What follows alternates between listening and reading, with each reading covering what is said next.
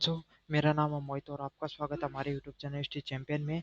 तो जैसा कि आप जानते हो, आपका बीए सेकंड सेमेस्टर का जो पेपर होने वाला है, प्रमुख भारतीय राजनीतिक विचारक, उससे संबंधित एक complete video, one shot video, इसमें आपका कंप्लीट रिवीजन हो जाएगा, जिसमें चाहे लघुतरात्मक प्रश्न हो, चाहे अति लघुतरात्मक प्रश्न हो, निबंधात्मक प्रश्न हो, सारे सारे इसमें आपके रिवाइज हो जाने वाले हैं। तो चलो शुरू करते हैं अपन वीडियो को। जैन धर्म की प्रमुख शिक्षाएं और उसके संबंधित सिद्धांतों की भारतीय संस्कृति में क्या क्या योगदान रहा। तो पहला प्रश्न है, ये बड़ा इंपॉर्टेंट प्रश्न है इस बार जैन धर्म वाला आपके लिए। तो चलो देखते हैं। तो आपको पता है, और ये एक बात शुरू करने से पहले एक चीज़ बता देता हूँ, मैं इसका ना आपको एकदम शॉर्ट में रिवीजन कराऊंगा। सारी की सारी चीज़ें डिटेल में देखना तो प्ले लिस्ट का लिंक डिस्क्रिप्शन में दे रखा, वहाँ से जाकर देख लेना। तो आपको पता है जैन धर्म की शुरुआत है उस किसके द्वारा मानी जाती है? ऋषभ देव इनके प्रथम तीर्थकार रहे, और उसके बाद में महावीर स्वामी है, वो इनके अंतिम तीर्थकार रहे, जिन्होंने क्या किया, इनके जो जैन धर्म है उसको एक नया ऊंचाइयां देने का कार्य किया। इन सभी तीर्थकारों में से जो सबसे ज्यादा पॉपुलर और सबसे ज्यादा जिन्होंने एक नई दिशा दी जैन धर्म को, वो कौन थे? महावीर स्वामी थे। महात्मा बुद्ध से थोड़े पहले हुए महावीर स्वामी। और इन्होंने क्या से कौन से जो नियमों की स्थापना करी? अहिंसा, सत्य और अत्यंत संयम की। देखो, जैन धर्म की शुरुआत किससे होती है? हिंदू धर्म से निकलकर जैन धर्म निकलता है। लेकिन होता क्या, जब हिंदू धर्म के अंदर जो वैदिक धर्म था उसके अंदर बहुत ज्यादा पाखंडवाद, झूठ, बलि वगैरह चलनी शुरू हो जाती है, लोग आपस में लड़ने झगड़ने लग जाते हैं, राजा। तो उस समय आपको एक नया प्रणाली की जरूरत थी। तो उसी प्रणाली की शुरुआत जैन धर्म और बौद्ध धर्म के द्वारा की जाती है, जिसमें जिसकी आधारशिला को इन तीन चीजों पर टिकी हुई है। अहिंसा मतलब आपको किसी भी व्यक्ति को क्या नहीं करना, परेशान नहीं करना है, हमेशा सत्य बोलना है और अनुशासित जीवन जीना है। इन्होंने सत्य के मार्ग, सत्य और अहिंसा और आत्म संयम के मार्ग से ही मोक्ष की प्राप्ति का मार्ग बताया गया है। समझ में आ गया? मुख्य शिक्षाएं क्या थी? तो अहिंसा मतलब अहिंसा क्या होती है? आप किसी भी इंसान के साथ किसी इन जैन धर्म में तो ये तक आ गया, आप किसी मनुष्य को नुकसान नहीं बल्कि किसी जीव को भी नुकसान पहुंचाते हो, किसी निर्जीव चीज को भी नुकसान पहुंचाते हो, तो भी आप क्या कर रहे हो? एक प्रकार का पाप कर रहे हो। तो इन्होंने पहला चीज यही दिया कि आपको अहिंसा, किसी भी जीव, वस्तु, स्थान, किसी भी चीज को आपको क्या नहीं करना है? नुकसान नहीं पहुंचाना है। सत्य, इन्होंने बताया कि जीवन में हमेशा कोशिश करो कि जितना ज्यादा हो सके जीवन में सत्य बोलना आपको। अस्त्य क्या होता है? अस्त्य का अर्थ होता है कभी भी चोरी नहीं करना। और इनके अनुसार कोई भी चीज़ है उसको बिना पूछे आप नहीं ले सकते हो, चाहे छोटी चीज़ हो चाहे बड़ी चीज़ हो। बिना चोरी की चीज़ों को लेना इन्होंने इनके धर्म में अपराध माना गया। ब्रह्मचर्य क्या माना गया है? अपनी इंद्रियों पे नियंत्रण करना। जीभ स्वाद, जीभ से है ना, सुनना कान से, और जो स्थान मतलब आप क्या, जो स्पर्श, इन तीन चीज़ों का इन्होंने क्या बताया? ब्रह्मचर्य बताया। इन तीन चीज़ों को संयमित रखो, अपनी इंद्रिय और मन में हमेशा पवित्रता रखनी है आपको। अपरिग्रह, अपरिग्रह क्या होता है? अपरिग्रह होता है लो मतलब बहुत ज़्यादा चीज़ों का, धन का संग्रह नहीं करना है। ऐसे नहीं है कि बहुत ज़्यादा गाड़ी, धन, पैसा आपको इकट्ठा करना है, इस लोभ में पड़ जाना है। अगर ये करते हो तो भी आप एक प्रकार का क्या कर रहे हो? पाप कर रहे हो। अनेकतावाद, अनेकतावाद क्या करे? सत्य को विभिन्न दृष्टि में देखना। तो एक से अधिक चीजों में आप क्या कर देखते हो? सत्य देखते हो। तो इसकी जो मुख्य शिक्षाएं तो वो कौन सी है? ये पांच ही मुख्य शिक्षाएं हैं। अहिंसा, सत्य, अस्त्य, ब्रह्मचर्य और अपरिग्रह, ये पांच सत्य इसमें बताई गई हैं। समझ में आ गया? और अगले वाले पॉइंट की बात करें, भारतीय संस्कृति में इनका क्या योगदान रहा? तो इनके द्वारा जो अहिंसा का प्रसार किया गया, जो बौद्ध धर्म और जैन धर्म दोनों में क्या किया गया? अहिंसा का प्रसार किया गया। तो इससे आने वाली पीढ़ी पे बहुत ज्यादा प्रभाव देखने को मिला। उसमें से कौन है? महात्मा गांधी एक प्रमुख उनका नाम रहता है। अगले वाला पॉइंट है असहिष्णुता, विभिन्न मतों का सम्मान। तो इन्होंने अलग अलग मतों में क्या दिया? लोगों को सम्मान दिया है। शाकाहार मतलब अच्छा भोजन करना चाहिए, शाकाहार भोजन लेना चाहिए। तो इसका भी इन्होंने प्रचार किया। जो मांसाहार था, जो मतलब जो हिंदू धर्म में बहुत ज़्यादा फैल चुका था, मतलब वैदिक धर्म में था थोड़ा बहुत, तो उस चीज़ में बलि वगैरह दी जाती थी लोगों की, उसमें जो जानवर हुआ करते थे उसके अंदर, तो इन्होंने सात्विक भोजन को ज़्यादा महत्व दिया। अगला क्या? कला और पाश्चात्य सभ्यता। तो दिलवाड़ा जैसे इन्होंने जो इनके द्वारा अद्भुत मंदिरों का भी निर्माण किया गया, तो इसमें एक कला का भी एक बहुत महत्वपूर्ण योगदान रहता है। तो इस तरीके से जो जैन धर्म है, इन्होंने भारतीय संस्कृति को नैतिकता, सहिष्णुता और अध्यात्म की दृढ़ दृढ़ नींव लिखने का, इन्होंने एक दृढ़ नींव प्रदान करने का कार्य किया है। तो यह आपका पहला का पहला प्रश्न है। अगले वाले प्रश्न की बात करें, महात्मा बुद्ध के जो जीवन की क्या क्या मुख्य प्रमुख शिक्षाएं रही? तो प्रस्तावना है, महात्मा बुद्ध बौद्ध धर्म के संस्थापक थे। इन्होंने 6वीं शताब्दी में महान धार्मिक व दार्शनिक थे। देखो सीधी सीधी बात बताऊं, 6वीं शताब्दी के अंदर महात्मा बुद्ध, जैन धर्म के बाद में जैन धर्म के बाद में बौद्ध धर्म की स्थापना होती है। और यहाँ पर आपको वही जो अहिंसा, करुणा और मध्य मार्ग, मतलब जीवन को जीने का इन्होंने मध्य मार्ग बनाया। ना तो ज्यादा खुशी में ना ज्यादा दुख में, आपको जीवन को एक संतुलित वे में जीना चाहिए। जितना संतुलित जीवन जियोगे उतनी ज्यादा जीवन में खुश रहोगे। तो जीवन परिचय की बात करें महात्मा बुद्ध की, तो महात्मा बुद्ध का जो जन्म है वो 563 ईस्वी में कहाँ हुआ था? लुम्बिनी जो नेपाल है, लुम्बिनी नामक जगह है नेपाल में, वहाँ हुआ था। और इनका नाम क्या था? सिद्धार्थ गौतम है इनका पूरा नाम था। इनके पिता का नाम संदोदन था और माता का नाम क्या था? महामाया इनका माता का नाम था। अच्छे से याद कर लो इन सारी चीज़ों को। इनका क्या है, बचपन में मतलब छोटी उम्र में इनका विवाह यशोधरा से हो जाता है और इनके पुत्र का क्या नाम होता है? महा राहुल इनका नाम होता है। तो ये सब चीज़ें तो इम्पोर्टेंट है, लेकिन इससे ज़्यादा इम्पोर्टेंट है ये 4 चीज़ें नीचे की तरफ जो दे रखी हैं वो। इसमें क्या है? महाभिनिर्कृष्णम, ठीक है? तो इसको निष्कर्ष से निकालना, आप इसको निष्कासन से निकालो। निष्कासन क्या हो? निकल जाना कोई भी चीज़। तो इन्होंने क्या किया था? 29 साल की उम्र में अपने राजमहल को, राजगद्दी को त्याग कर क्या कर दिया था? जो भक्ति के लिए, अध्यात्म की मार्ग की खोज के लिए चले गए थे। उसको किस रूप में जाना जाता है? महाभिनिर्कृष्णम के नाम से जाना जाता है। फिर क्या हुआ था? इन्होंने लगातार 6 वर्ष तक जो अपने वटवृक्ष के नीचे जो अध्यात्म की मार्ग की, ज्ञान की खोज के मार्ग में इन्होंने लगातार प्रयासरत रहे। और 35 वर्ष की उम्र में इनको बोध गया में वट वृक्ष के नीचे इनको किसकी प्राप्ति हो जाती है? इनको जो ज्ञान की प्राप्ति हो जाती है। फिर इसको क्या बोला जाता है? इसको ज्ञान प्राप्ति के नाम से जाना जाता है। अगले वाला प्रश्न है प्रथम उपदेश। तो इनके द्वारा प्रथम उपदेश सारनाथ के अंदर जो धर्म चक्र प्रवर्तन के नाम से इन्होंने प्रथम उपदेश, सबसे पहले जो उपदेश दिया था इन्होंने, उसको किस नाम से जाना जाता है? धर्म चक्र प्रवर्तन के नाम से जाना जाता है। तो महात्मा बुद्ध के द्वारा जो प्रथम पहली बार जो उपदेश दिया गया था उसको किस नाम से जाना जाता है? धर्म चक्र प्रवर्तन के नाम से जाना जाता है। अगले वाला पॉइंट है महापरिनिर्वाण। तो 483 ईस्वी में कुंसी नगर में इनके द्वारा क्या कर लिया जाता है? इनको निर्वाण की प्राप्ति हो जाती है और इसको किस चीज में, मतलब मोक्ष की प्राप्ति हो जाती है। और इस चीज को किस रूप में देखा जाता है? महापरिनिर्वाण के रूप में देखा जाता है। प्रमुख शिक्षाएं की बात करें तो इनके द्वारा 4 प्रमुख शिक्षाएं दी गई थी, जिसमें पहली शिक्षा थी 4 आर्य सत्य बताए गए। तो जीवन जीने के लिए आपको 4 आर्य सत्य होते हैं, जिनकी वजह से इंसान को जीवन में दुख होता है। इन्होंने इस जो अपना जो ये सृष्टि है जहाँ पर अपन रहते हैं, इसको दुखालय बताया। मतलब यहाँ पर आप जीवन में रहोगे तो दुख हमेशा रहेंगे रहेंगे। तो इसमें से तो दुखों के कारण क्या बताए? तो इन्होंने बताया कि जीवन में आपको हमेशा दुख रहेंगे। यही 4 सत्य हैं। कारण, उस दुख को कारण का क्या कारण है? तृष्णा। तृष्णा मतलब आप जो इच्छाएं होती हैं इंसान की, उसकी वजह से इंसान को क्या होता है? दुख पैदा होता है।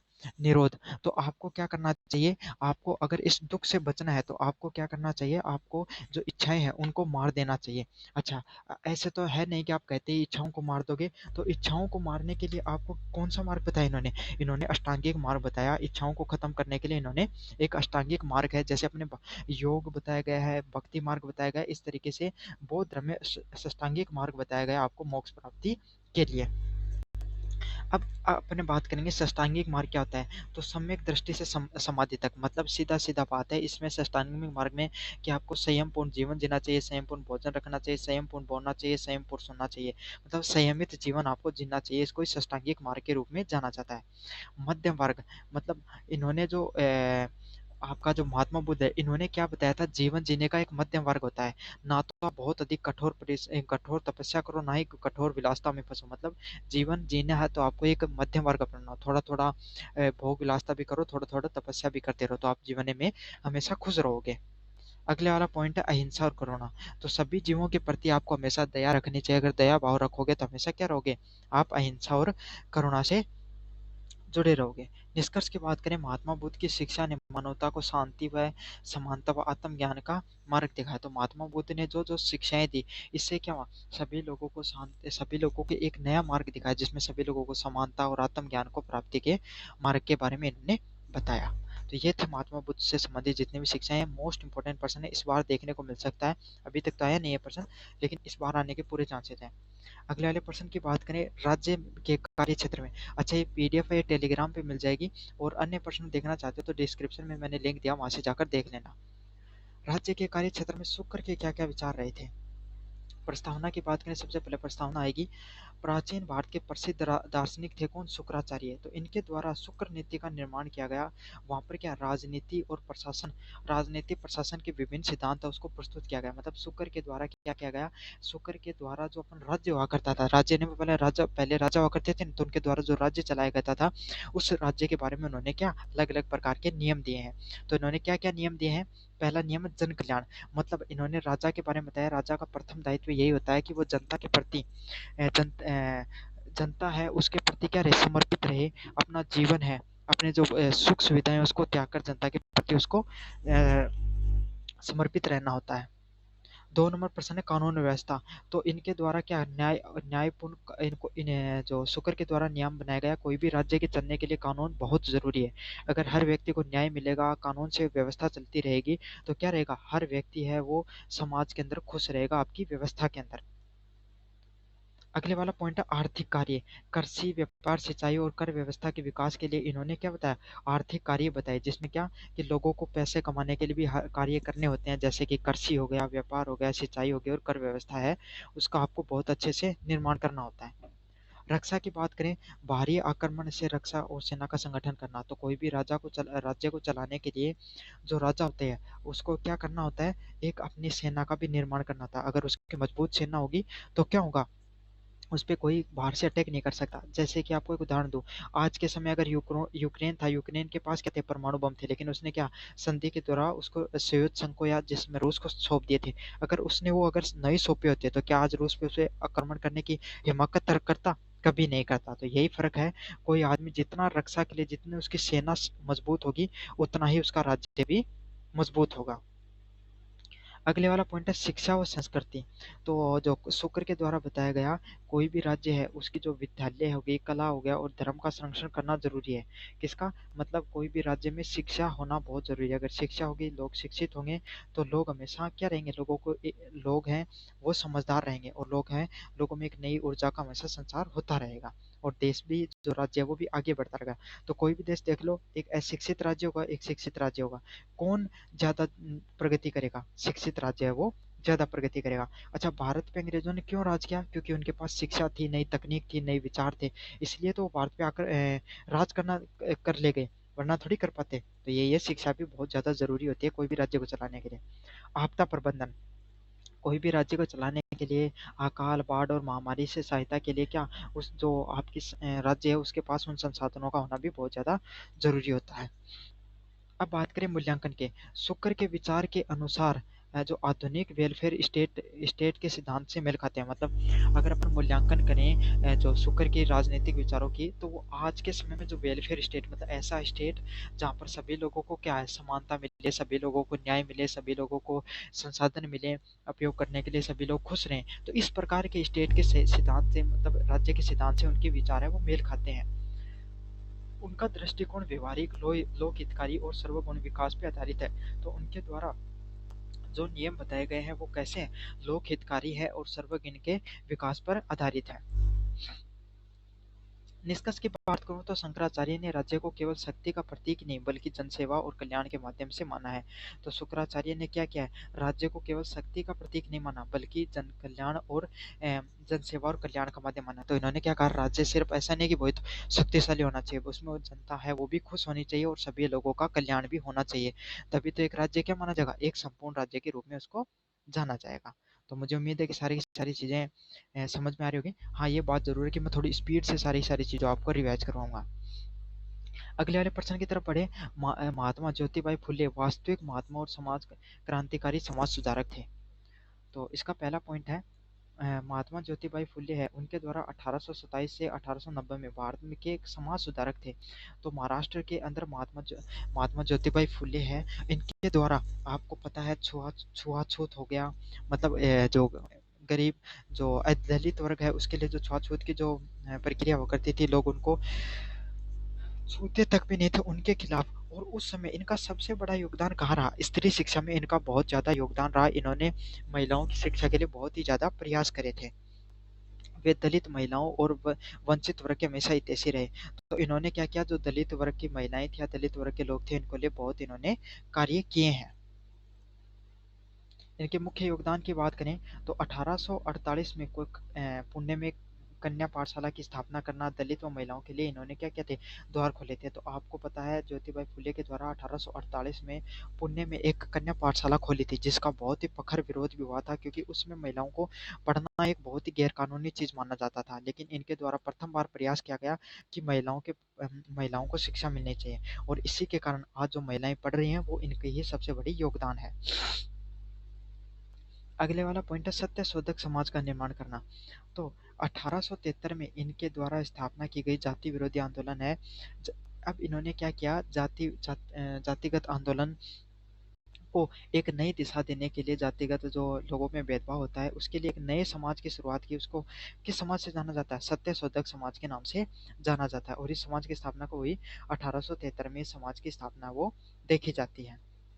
अगले वाला पॉइंट है महिला उत्थान। तो महिलाओं के उत्थान के लिए इन्होंने महिला जो विधवा पुण्य विवाह हो गया और बाल विवाह, उसका क्या क्या विरोध किया। तो इन्होंने महिलाओं के उत्थान के लिए क्या क्या प्रयास किए? महिलाओं के उत्थान के लिए इन्होंने विधवा महिलाएं हैं उनका क्या पुण्य विवाह, मतलब उनको वापस विवाह करने की अनुमति मिलनी चाहिए, क्योंकि पहले समाज में विधवा महिलाओं को पुण्य शादी करने का क्या नहीं मिलता था, लोग समर्थन नहीं करते थे, उस चीज का बहुत ही ज्यादा विरोध होता था। तो इन्होंने इस चीज का समर्थन किया।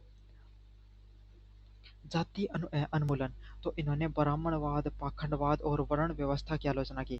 तो जातिगत जो व्यवस्था होती थी, जहाँ पर जो ब्राह्मणवादी लोग होते थे उन्होंने क्या कर रखा था, मतलब ब्राह्मणिक लोग नहीं, मतलब जातिगत व्यवस्था होती थी जहाँ पर ब्राह्मण हो गए, फिर क्षत्रिय हो गए, फिर शूद्र हो गए, फिर वैश्य हो गए।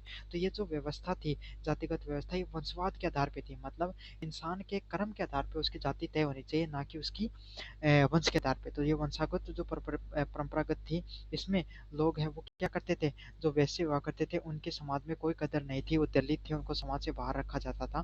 तो इस चीज के लिए उन्होंने बहुत ही ज्यादा प्रयास किया समाज में। अगले वाला पॉइंट है कृषक हित। तो इन्होंने किसानों के शोषण के विरोध में आवाज उठाई थी। तो जो किसान होते हैं, किसानों के हित के लिए इन्होंने क्या किया था, बहुत ही ज्यादा आवाज उठाई गई थी इनके द्वारा। मूल्यांकन की बात करें, फुले ने सामाजिक समानता, समाज की समानता के लिए, शिक्षा और मानव अधिकारों के लिए संघर्ष किए। तो आपको पता है ज्योतिबाई फुले है, इन्होंने पहली बार समाज में समानता के लिए प्रयास किया कि सभी लोगों को जातिगत रूप से समानता मिले। महिला, ना सिर्फ पुरुष ही बल्कि महिलाओं को भी अधिकार मिले कि वो शिक्षा प्राप्त कर सके, इसके लिए भी इन्होंने बहुत ज़्यादा प्रयास किए थे। मानव अधिकारों के लिए संघर्ष किया, बल्कि इन्होंने मानव जो सभी लोग हैं उनको बराबरी का अधिकार मिले, वो मानव अधिकारी होते हैं, उनके लिए भी इन्होंने प्रयास किया। इसीलिए महात्मा जो ज्योतिबा फुले हैं इनको महात्मा का दर्जा दिया गया है। और इसी दृष्टिकोण से वो क्या है, क्रांतिकारी और उन्हें लोक कल्याणकारी लोग के रूप में भी जाना जाता है। निष्कर्ष की बात करें, महात्मा फुले के विचार का और कार्य आज भी सामाजिक न्याय और समानता के लिए प्रेरक है। तो महात्मा ज्योतिबा फुले के द्वारा जो विचार दिए गए और कार्य दिए गए वो आज भी समाज के अंदर सामाजिक न्याय और समानता के लिए प्रेरणा देते हैं सभी लोगों को। तो मुझे उम्मीद है कि आपको ये चीज़ें समझ में आ गई होगी। अब अगले वाले प्रश्न की तरफ बढ़े, स्वामी विवेकानंद के प्रमुख राजनीतिक विचारों की तरफ।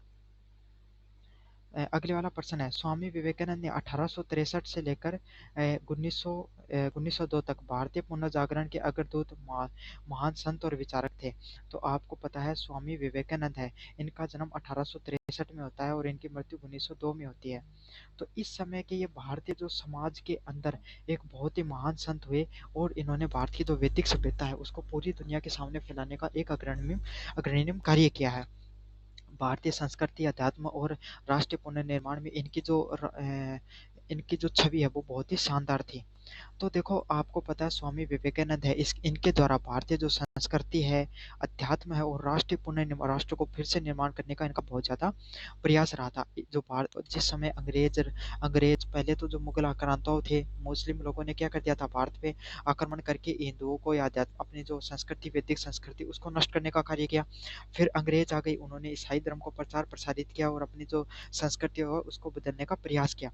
लेकिन स्वामी विवेकानंद है वो न्यूयॉर्क में जाते हैं और वहाँ पर पहली बार अपना भाषण देते हैं और पूरी दुनिया के सामने जो वैदिक सभ्यता है उसका झंडा गाड़ते हैं। तो यही है, पूरी दुनिया में स्वामी विवेकानंद ने अपनी सभ्यता को आगे फैलाने का बहुत ही प्रमुख कार्य किया है। इनके प्रमुख विचारों की बात करें तो पहला पॉइंट है राष्ट्रीय पुनर्जागरण।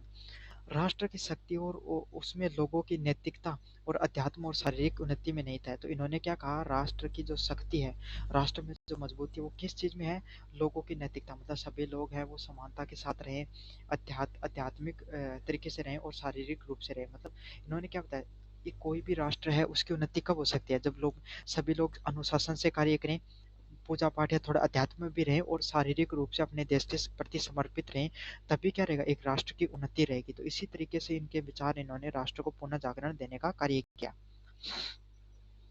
अगले वाले पॉइंट की बात करूँ, शक्तिशाली भारत। तो उस समय जो भारत में युवाएँ थे वो बहुत पहले के पहले जो आपका मुगल साम्राज्य था इससे लोग पीड़ित थे, फिर अंग्रेज आ गए उनसे पीड़ित थे, तो लोग बहुत ज़्यादा निराशा के भाव में जी रहे थे। तो इन्होंने क्या किया, लोगों को एक नई ऊर्जा देने का कार्य किया। साथ के साथ लोगों को परिश्रम और अनुशासन अपनाने का क्या दिया, अनुशासन अपनाने का इन्होंने लोगों को संदेश दिया था। अगले वाले पॉइंट की बात करें, धर्म और राजनीति में संबंध। तो राजनीतिक और नैतिकता अध्यात्म मूल्यों पर आधारित होना चाहिए। तो इन्होंने क्या माना है, कोई भी धर्म और जो राजनीति है वो कैसी होनी चाहिए, धर्म और राजनीति है वो आध्यात्मिक मूल्यों पर हमेशा आधारित होनी चाहिए। तो इन्होंने राजनीति का क्या रूप बताया, इन्होंने राजनीति का रूप बताया कि राजनीति हमेशा आध्यात्मिक होनी चाहिए और नैतिक मूल्य उसमें जुड़े होंगे। जितने ज़्यादा आध्यात्मिक और नैतिक मूल्य से जुड़ी होगी उतना ही ज़्यादा लोगों को इससे फायदा होगा। 4 नंबर पॉइंट की बात करें, समानता और भाईचारा। तो इन्होंने क्या किया, इन्होंने सभी लोगों को एक करने का कार्य किया। जाति के आधार पे, वर्ग के आधार पे और धर्म के आधार पे उसमें जो भेदभाव देखने को मिलता था इसको समाप्त करने के लिए इन्होंने जोर दिया। इन्होंने कहा कि समाज में जो जातिगत व्यवस्था है हमें इसको नष्ट करना चाहिए। अगले वाले पॉइंट की बात करें, सामाजिक सेवा। निर्धनों और पीड़ितों की सेवा सेवा को राष्ट्र निर्माण का आधार माना। तो इन्होंने जो निर्धन लोग हो गए और जो समाज में पीड़ित लोग हो गए, इसमें जो इन्होंने क्या, इन सब लोगों को राष्ट्र के निर्माण का इन्होंने आधार माना। तो इन्होंने क्या किया कि इन सब लोगों को भी, हमारे समाज में जो अमीर लोग हैं या फिर जो समाज के उच्च कुल के लोग हैं, इनको सब लोगों के साथ मिलकर इन लोगों को आगे बढ़ाना होगा। अगर निर्धन लोग, गरीब लोग, पीड़ित लोग जब आगे बढ़ेंगे तब क्या होंगे, समाज की उन्नति होगी। तो इस चीज़ पे इन्होंने क्या किया, इस चीज़ को अपनाकर इन्होंने समाज सेवा को एक बहुत ही जोर दिया। अगले वाला पॉइंट है, उपनिवेशिक शासन का विरोध करना। आत्मनिर्भरता और आत्म सम्मान से स्वतंत्रता की प्राप्ति करना। तो इन्होंने लोगों को, उस जिस समय अंग्रेज राज कर रहे थे, अंग्रेजी शासन था, उस समय लोगों को ये समझाया कि आपको ये जो अंग्रेजों पे आप जो इतने डिपेंडेंट हो गए हर चीज़ के समय, अंग्रेजों के द्वारा दिए गए आप जितने भी प्रोडक्ट हैं उनको खरीदते हो, उनको यूज करते हो आप, अपनी खुद की कोई शासन प्रणाली नहीं है भारत में, तो हमें अपनी शासन प्रणाली लानी होगी। हमें अंग्रेजों से निर्भरता कम करके हमें खुद पर निर्भर करना होगा और हमें आत्मसम्मान की लड़ाई लड़नी होगी, तभी हम क्या कर सकते हैं, स्वतंत्रता की प्राप्ति कर सकते हैं। तो जो स्वामी विवेकानंद है वो उन कुछ लोगों में से थे जिन्होंने पहली बार भारत में स्वतंत्रता व स्वराज की बात की थी। निष्कर्ष की बात करूँ, स्वामी विवेकानंद के जो राजनीतिक विचार हैं वो राष्ट्रीय एकता। तो जो स्वामी विवेकानंद के किन किन चीज़ों की बात की है, राष्ट्रीय एकता, सभी लोगों को एक रहना चाहिए, सामाजिक न्याय और अध्यात्म शक्ति पर आधारित थे। तो इन्होंने ना सिर्फ ये ऐसे संत थे जिन्होंने सिर्फ अध्यात्म या भक्ति भावना की बात करी, बल्कि इन्होंने राष्ट्रीय, सभी लोगों को एक रहना चाहिए, सभी लोगों को सामाजिक न्याय मिलना चाहिए। और इन सब चीज़ों को कैसे प्राप्त कर सकते हैं अपन, अध्यात्म के मार्ग से इन सब चीज़ों को प्राप्त कर सकते हैं। इन सब चीज़ों पे इन्होंने बात की थी। अगले वाले प्रश्न की बात करें, स्वामी दयानंद सरस्वती के प्रमुख विचारों के मूल्यांकन कीजिए। तो आपको पता है स्वामी दयानंद सरस्वती है, ये 1824 से लेकर 1883 के अंदर किसके, आर्य समाज के संस्थापक के रूप में किसको जाना जाता है, आपको स्वामी दयानंद सरस्वती को जाना जाता है। ये आधुनिक भारत के मान सुधारक थे। तो आपको पता है स्वामी दयानंद सरस्वती है, इनके द्वारा जो भारत का जो वर्तमान समय का जो आधुनिक भारत है उसके निर्माण में इनका, स्वामी दयानंद सरस्वती का बहुत बड़ा ही योगदान रहा है। इनके द्वारा, अच्छा, इन्होंने भारत में जो अपना जो वैदिक धर्म है उसको बढ़ाने का भी इन्होंने बहुत अधिक कार्य किया था। अच्छा, इनका जो सिद्धांत है वो किस पे निर्भर था, वेदों के निर्भरता इनकी ज्यादा थी। इन्होंने वेदों को ही क्या माना, सर्वोच्च ज्ञान का स्रोत माना था, जिनका समाज, धर्म और शिक्षा में सुधार का वर्णन किया। तो इन्होंने वेदों को सब कुछ माना और वेदों के आधार पर क्या कहा कि वेदों के आधार पे हमें हमारा समाज, धर्म और शिक्षा है उसमें सुधार करना चाहिए। ये वो स्वामी दयानंद सरस्वती वो लोग थे जिन्होंने अपनी जो प्राचीन सभ्यता के साथ साथ अपनी आधुनिकता को भी अपनाने का कार्य किया। इन्होंने प्राचीन जो अपनी जो कुल से गुरुकुल से जो पद्धति आ रही थी, शिक्षा पद्धति, उसको अपनाते हुए इन्होंने कहा कि हमें आधुनिक शिक्षा को भी अपनाना चाहिए। आधुनिकता भी कोई भी राष्ट्र के लिए बहुत ज़्यादा ज़रूरी होती है। इनके प्रमुख विचारों की बात करें तो पहला इनका जो प्रमुख विचार था वो क्या था, वेदों के लौटो। तो इन्होंने सत्य और ज्ञान के लिए वेदों का आधार माना। तो इन्होंने क्या माना कि आपको वेदों की ओर लौटने का अर्थ है कि सत्य और ज्ञान के मार्ग से हम क्या कर सकते हैं, वेदों को अपना सकते हैं। तो इनका पहला जो कॉन्सेप्ट था वो ये था कि वेदों को ही मानते थे और इन्होंने नारा दिया था कि हमें सब लोग अपनी फिर से वैदिक सभ्यता को मानना होगा और वेदों को ही फिर से अपनाना होगा। वेदों के माध्यम से हम सत्य और ज्ञान है उसको प्राप्त कर सकते हैं। अगले वाला पॉइंट है सामाजिक सुधार। जाति प्रथा, छुआछूत और बाल विवाह का इन्होंने क्या किया था, विरोध किया था। तो इन्होंने क्या किया था, जातिगत जो जाति की जो प्रथा थी, हमारे जो ब्राह्मणवाद था, जिसमें ब्राह्मण हो गए, वैश्य हो गए, क्षत्रिय, वैश्य, शूद्र हो गए, उन लोगों ने क्या कर रखा था, वैश्य जो लोग थे उन लोगों को अपने समाज से बाहर निकाल रखा था। दलित वर्गों के जो छुआछूत की जो व्यवस्था थी उसको हटाने का इन्होंने प्रमुख कार्य किया। बाल विवाह का भी ये बहुत ज्यादा विरोध करते थे। इनका मानना था कि वेदों में बाल विवाह जैसी व्यवस्था वो नहीं हुआ करती थी, तो हमें क्या है, हमें भी इस व्यवस्था को हटा देना चाहिए। विधवा पुनर्विवाह, और इन्होंने विधवा पुनर्विवाह महिलाओं का फिर से विवाह करना चाहिए विधवा के बाद, उसका भी इन्होंने समर्थन किया था। अगले वाला पॉइंट है शिक्षा।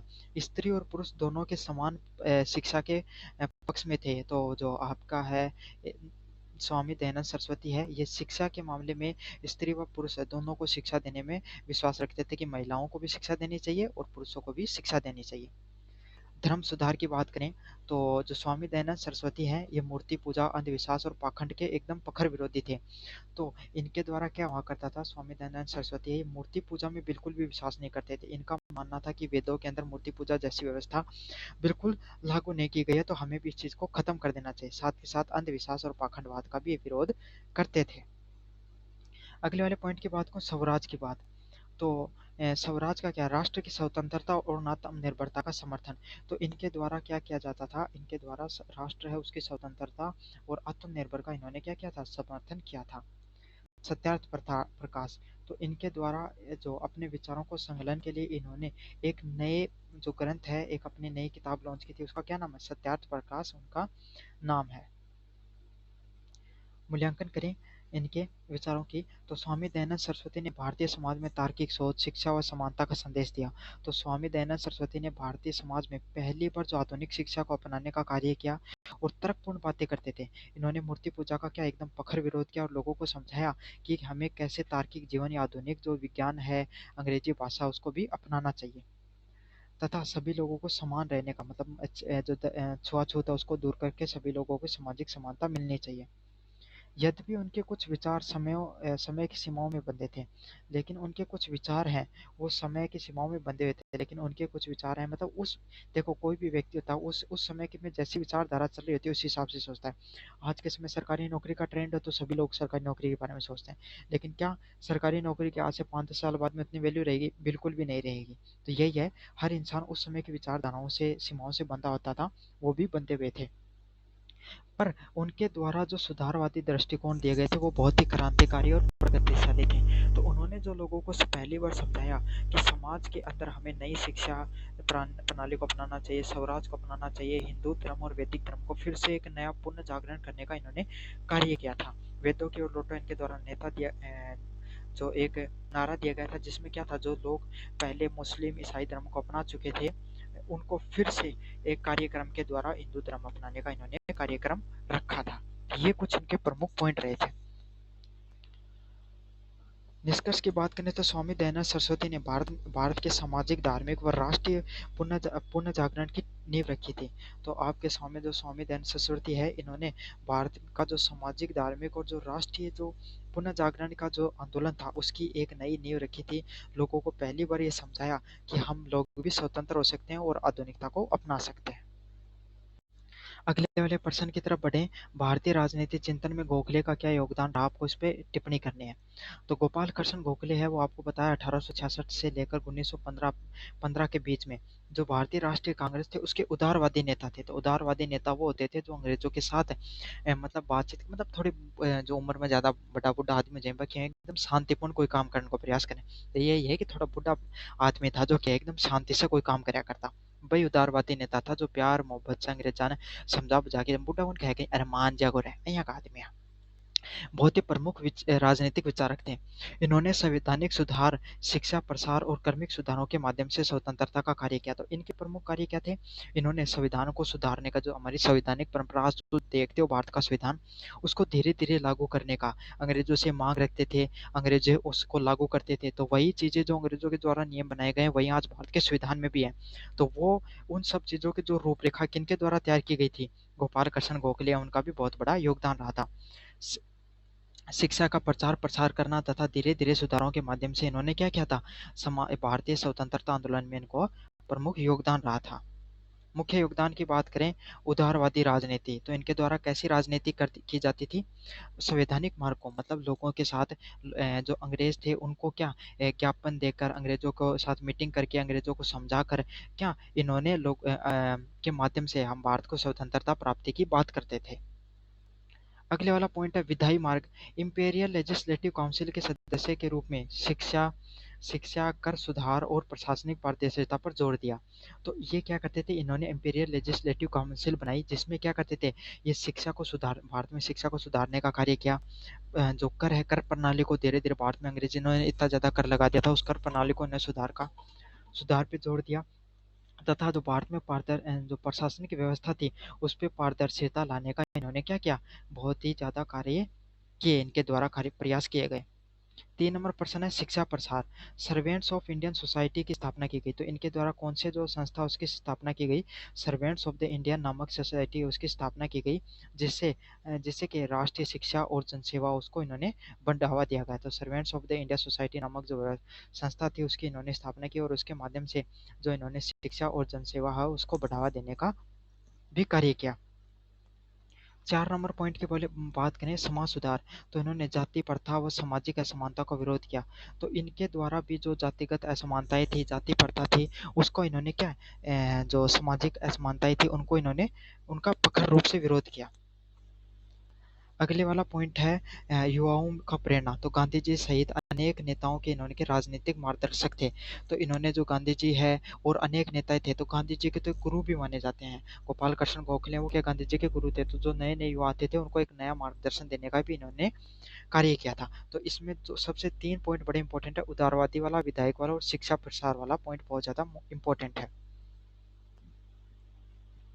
मूल्यांकन की बात करें, गोखले का दृष्टिकोण अहिंसात्मक, संवैधानिक तथा कर्मिक सुधारों पर आधारित था। तो गोपाल कृष्ण गोखले है, उनके द्वारा जो उनका जो दृष्टिकोण था वो कैसा था, अहिंसात्मक, मतलब आप हमको हमें बिना अहिंसा अपनाए भारत में क्या है, राजनीति या स्वतंत्रता को प्राप्त करना है।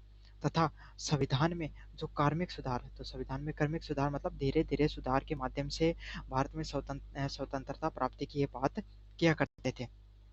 यद्यपि वे क्रांतिकारी कदमों के समर्थक नहीं थे, लेकिन ये अहिंसा के बहुत ज़्यादा समर्थक नहीं थे, क्योंकि भाई जब एक तो मान लो जो जवान आदमी हो, एक बूढ़ा आदमी, दोनों में क्या फ़र्क हुआ, जवान आदमी हमेशा क्रांति की बात होगी, देश बदल देगा एक दिन में। बूढ़ा आदमी को थोड़ा सा दिन रुक, मैं भी जो जवान आदमी देश बदलने की बात कराया करता, मैं ही बदलेगा देश कौन बदलेगा। तो ये बात, ऐसी बात ये है, क्योंकि थोड़े उम्र में ज़्यादा थे तो गोखले क्रांतिकारी ज़्यादा बातें नहीं करते थे, परंतु उनकी नीतियों ने स्वतंत्रता संग्राम को स्थायी दिशा दी। लेकिन इन्होंने जो भी नीतियाँ थी उसमें क्या स्वतंत्रता संग्राम है उसको क्या एक नई दिशा व दशा देने का कार्य किया।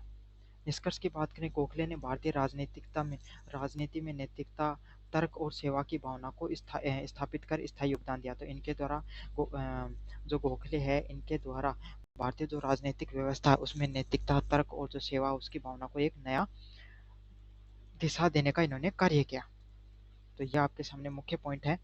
अब अगले वाले प्रश्न की तरफ बढ़े, लोकतांत्रिक समाजवाद पर नेहरू के विचार। तो लोकतांत्रिक समाजवाद है उस पर नेहरू के क्या विचार थे। तो पंडित जवाहरलाल नेहरू ने 1889 से लेकर 1964 में स्वतंत्रता भारत के प्रथम प्रधानमंत्री और प्रख्यात विचारक के रूप में जाना जाता है। तो पंडित जवाहरलाल नेहरू को 1889 से लेकर 1964 में स्वतंत्रता भारत के प्रथम प्रधानमंत्री थे। सबको पता है, प्रथाक बहुत ही अच्छे विचारक भी रहे। और इन्होंने आर्थिक असमानता, इन्होंने कौन से विचार दिए, इन्होंने सामाजिक असमानता नहीं, आर्थिक रूप से असमानता, अमीर और गरीबी के बीच में जो लगातार खाई बढ़ रही थी उस पर इन्होंने बात की थी। अंग्रेजों ने क्या किया, अपना पैसा यहाँ से कर लगाते थे, यहाँ से पैसा कमाते थे और इंग्लैंड भेज देते थे। इन पे इन्होंने आर्थिक असमानता पे बहुत ही ज़्यादा प्रखर रूप से टिप्पणी की थी। और राजनीतिक स्वतंत्रता को मिलाकर लोकतांत्रिक समाजवाद की अवधारणा दी है। तो इन्होंने आर्थिक असमानता और राजनीतिक स्वतंत्रता को प्राप्त करने को लेकर एक लोकतांत्रिक समाजवाद मतलब ऐसा समाज जहाँ पे सभी लोगों को समानता का हक हो, ऐसे समाजवाद की बात की है। वे भारतीय परिस्थितियों के अनुकूल थी और उन्होंने ऐसी बात की जो उस समय भारतीय जो व्यवस्था उस पर बहुत ही अच्छे से प्रासंगिक ढंग से लागू होती थी। अगले वाले पॉइंट की बात करें, इनके मुख्य विचार कौन से थे। के विचारों की बात करें तो पहला पॉइंट है लोकतांत्रिक ढांचा। तो इनके द्वारा जो लोकतांत्रिक ढांचा हुआ लोकतांत्रिक ढांचे की बात की, जिसमें कैसी व्यवस्था की बात की, लोकतंत्र के निर्माण में इन्होंने अलग अलग नेहरू रिपोर्ट आपने सुना होगा ना, तो वो दी गई थी। और उसी रिपोर्ट के आधार पे जो भारत सरकार अधिनियम 1935 बनता है, और वो आधा से ज्यादा संविधान है वो भारत अधिनियम 1935 पे ही आधारित है। तो नेहरू का भी बहुत बड़ा योगदान रहा था भारत के संविधान के निर्माण में। तो इन्होंने सबसे पहले बहुदलीय व्यवस्था की बात की। मतलब आज के समय आप देखते हो ना, अलग अलग प्रकार के दल मिलते हैं, जो आपके आपके एबीसी जो नाम होता है, जो मतलब भाजपा हो गई, भाजपा हो गई, कांग्रेस हो गई, एलपी हो गई, आपके सामने आम आदमी पार्टी हो गई, टीएमसी हो गई, आपकी समाजवादी पार्टी हो गई। तो देखो कितनी सारी पार्टियां हैं। इन सब के बारे में पहली बार किसने बताया था? आपके सामने जो नेहरू, इन्होंने बताया था। अगर नेहरू नहीं होते तो ये बहुदलीय व्यवस्था भी आपको देखने को नहीं मिलती थी। तो जो सार्वभौमिक मताधिकार, तो सभी लोगों को मताधिकार प्राप्त करने का, सभी लोगों को मत मिले, सभी लोगों को वोट देने का अधिकार मिले, इसके बारे में सबसे पहले किसने बात की थी? तो इसके लिए सबसे पहले बात की थी जवाहरलाल नेहरू के द्वारा। साथ के साथ सभी लोगों को, हर व्यक्ति को व्यक्तिगत रूप से स्वतंत्रता है, इसका भी समर्थन जवाहरलाल नेहरू के द्वारा किया गया था। 2 नंबर पॉइंट की बात करें, आर्थिक समानता, गरीबी, असमानता और शोषण को समाप्त कर समाज को समान अवसर देने का कार्य किया गया था। इनके द्वारा क्या आर्थिक समानता की बात की, कि सभी लोगों को गरीबी से मुक्त समाज मिले, सभी लोग शोषण से मुक्त हो, और सभी लोगों की जो असमानता है वो भी कम हो। 3 नंबर पॉइंट की बात करें, मिश्रित अर्थव्यवस्था। मिश्रित अर्थव्यवस्था कैसी होती है? जहाँ पे सार्वजनिक और निजी क्षेत्र, मतलब आज प्राइवेट और जो गवर्नमेंट कंपनियां, जैसे कुछ कंपनियां होती है ना, जहाँ पे प्राइवेट क्षेत्र भी कार्य करता है और सरकारी कंपनियां भी कार्य करते हैं। जैसे रोड निर्माण हो गया, तो रोड जो निर्माण करने का टेंडर सरकार देती है, लेकिन निर्माण कौन करते हैं? प्राइवेट के ठेकेदार होते हैं वो। तो इस प्रकार की अर्थव्यवस्था लागू करने का पहली बार इनके द्वारा कार्य किया गया था। अगले वाला पॉइंट है योजना आधारित विकास। तो इन्होंने सबसे पहले जो पंचवर्षीय योजनाएं थी, उनके माध्यम से जो उद्योग हो गए और कृषि हो गई, उनकी प्रगति पे बात की थी। तो पहली पंचवर्षीय योजना में किसकी बात की गई थी? कृषि पे आधारित पहली पंचवर्षीय योजना थी। लेकिन फिर जो दूसरी पंचवर्षीय योजना आई, वो किस पे आधारित थी? वो आपके सामने औद्योगिक क्रांति पर आधारित थी। किस पे आधारित थी? औद्योगिक क्रांति है, उस चीज पर आधारित थी। तो इन्होंने योजनाओं के आधार पर भारत में जो क्रांति की सबसे पहले बात की थी। अगले वाले पॉइंट की बात करें, वैज्ञानिक दृष्टिकोण। तो आधुनिक समाज, भारत में जो आधुनिक समाज हो गया, तकनीक हो गया, और शिक्षा के प्रसार के माध्यम से लोगों में, राष्ट्र में, राष्ट्र को आगे बढ़ाने का इन्होंने कार्य किया था। तो यही है, लोग, सभी लोगों को शिक्षा मिले, सभी लोगों को जो आधुनिक शिक्षा और तकनीक के माध्यम से लोग आगे बढ़े, इसका वैज्ञानिक दृष्टिकोण पे भी इन्होंने बहुत ज्यादा जोर दिया। धर्मनिरपेक्षता की बात करें, राज्य के सभी धर्मों के प्रति समान व्यवहार। तो इन्होंने धर्मनिरपेक्ष का भी जो नियम दिया था, कि राज्य में सभी लोग हैं, इनको क्या मिले? सभी लोगों को समानता मिले, सभी लोगों को क्या मिले? सभी लोग खुश रहें, इस चीज में भी इन्होंने दिया था। इन्होंने हिंदू धर्म, मुस्लिम धर्म, ईसाई धर्म, जैन धर्म, कोई भी धर्म हो, सभी लोगों को धर्मनिरपेक्षता का सबसे पहले जवाहरलाल नेहरू की ही ने के द्वारा ही बात की गई थी। मूल्यांकन की बात करें, नेहरू का जो लोकतांत्रिक समाजवाद है, वो भारतीय लोकतंत्र की अस्थिरता, सामाजिक न्याय प्रदान करने वाला था। तो जवाहरलाल नेहरू के द्वारा जो लोकतंत्र की जो अवधारणा दी गई थी, इसने भारतीय लोकतंत्र को कैसा क्या प्रदान किया? इसने भारतीय लोकतंत्र को स्थिरता प्रदान करने का कार्य किया, तथा सभी लोगों को सामाजिक न्याय प्रदान करने का कार्य किया। मतलब क्या हो? भारतीय लोकतंत्र में सभी लोगों को स्थिरता मिले, सभी लोगों को सामाजिक न्याय भी साथ के साथ मिले, सभी लोग सामाजिक न्याय भी सभी लोगों को मिले। यद्यपि उनके द्वारा क्रियान्वयन के लिए कई चुनौती रही। क्यों क्यों नहीं मिल पाया सभी लोगों को ये सब चीजें? क्योंकि भारत उसमें नया नया आजाद हुआ था, अब गरीबी बहुत ज्यादा थी, असमानता बहुत ज्यादा थी, शिक्षा लोगों के पास थी नहीं। तो ये सब चीजें हैं, उनको लागू करने में बहुत बड़ा योगदान नहीं, मतलब बहुत ही कमियां सामने आई। आज आप देखते हो जो चीजें आज आज भारत में, जो आप मुख्यतः जिस चीजों पे आप बहुत गर्व करते हो, भारत की आईटी हो गई, भारत की जो नीट व्यवस्था हो गई, भारत के जो आपके एम्स जो ये एम्स हैं, और ये जितनी इंडस्ट्री है, बीएल हो गया आपके सामने, सब किसका निर्माण है? ये उसी समय के उन्हीं सरकारों की योगदान रही है, जिन पे आज बहुत ज्यादा आप गर्व करते हो उन सब चीजों पर। निष्कर्ष की बात करें, नेहरू का विचार भारतीय लोकतंत्र में आर्थिक समानता व राजनीतिक स्वतंत्रता का संतुलन था। तो जो जवाहरलाल नेहरू के जो द्वारा जो विचार दिए गए, ये भारतीय लोकतंत्र में आर्थिक समानता, मतलब सभी लोगों को समान अवसर मिले, सभी लोग समानता के साथ जीवन जिए, तथा राजनीतिक रूप से भी सभी लोगों को स्वतंत्रता मिले, इसके संतुलन का इन्होंने एक बहुत ही शानदार मॉडल पेश किया था। अब बढ़ते हैं महात्मा गांधी के ट्रस्टीशिप सिद्धांत की तरफ। तो महात्मा गांधी ने आर्थिक असमानता मतलब भारतीय समाज में आपको सब पता है अमीरी और गरीबी के बीच में बहुत ज्यादा बड़ा भेदभाव देखने को मिलता था। भारत में जो छुआछूत है वो भी उच्चतम स्तर पे थी। तो भारतीय समाज में जो भारतीय समाज में जो आर्थिक असमानता उसको दूर करने के लिए और समाज के सभी लोगों को सामाजिक रूप से न्याय मिल सके, इसके लिए इन्होंने महात्मा गांधी के द्वारा कौन सा नियम दिया गया था, ट्रस्टशिप का जो सिद्धांत था वो दिया गया था।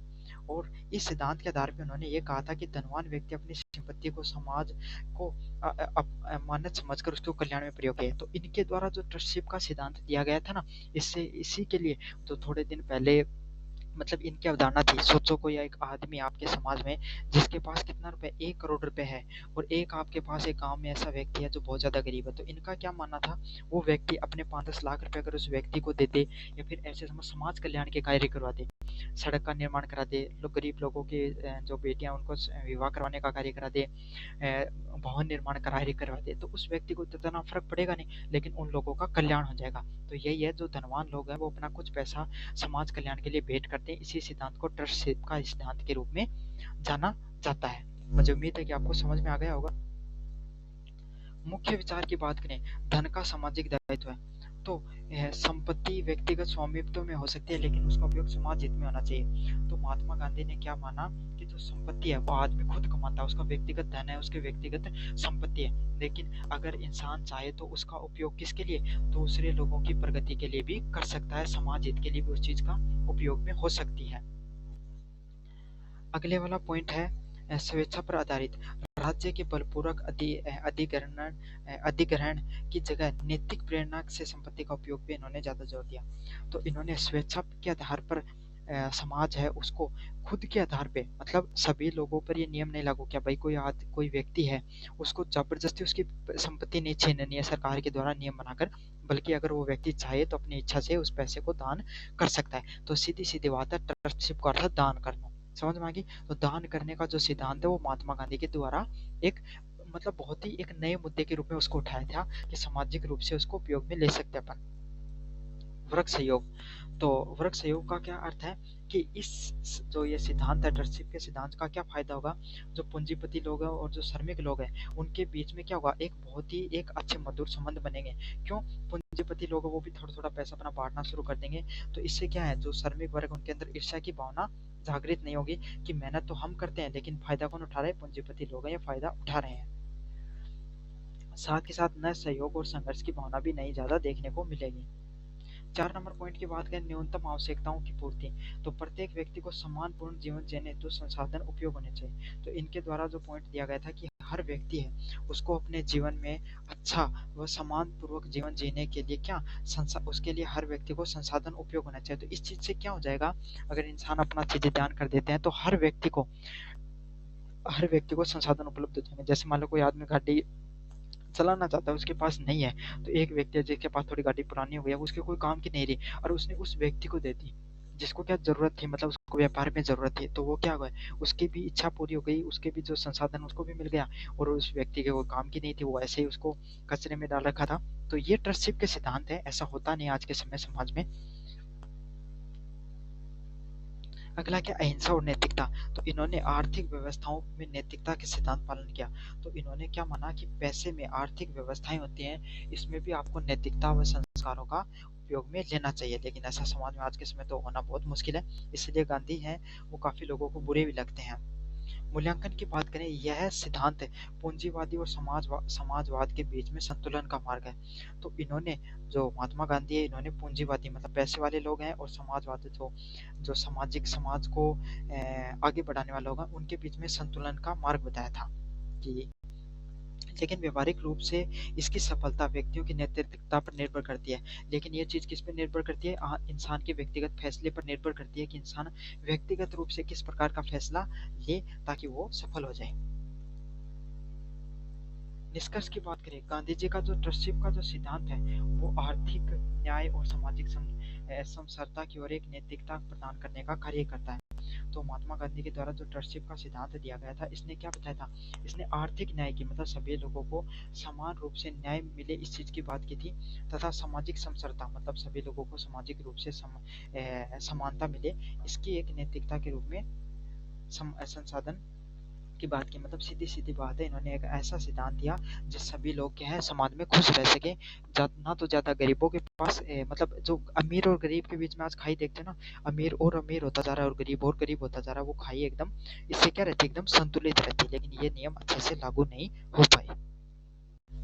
अगले वाले सिद्धांत की बात करें, जयप्रकाश नारायण के द्वारा जो संपूर्ण क्रांति का जो सिद्धांत दिया गया था, इसको देखेंगे अपन। ये भी काफी ज्यादा इंपॉर्टेंट है यूनिट नंबर 4 के द्वारा 4 में।